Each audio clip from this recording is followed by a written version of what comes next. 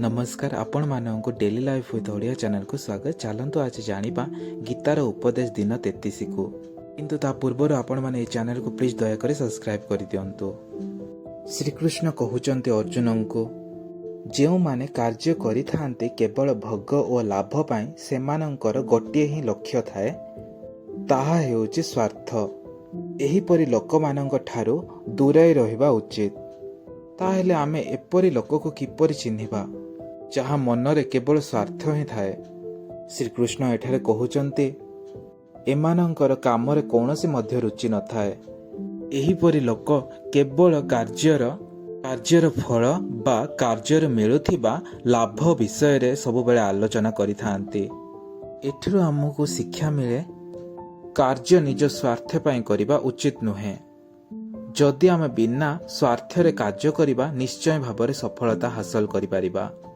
जदि आमे धर्म अनुसार कार्य करिबा ताहेले समय हमकु निश्चय भाବରେ फल प्रदान करिबो। आज पई गीतार उपदेश एतिकी रहुछि। नमस्कार।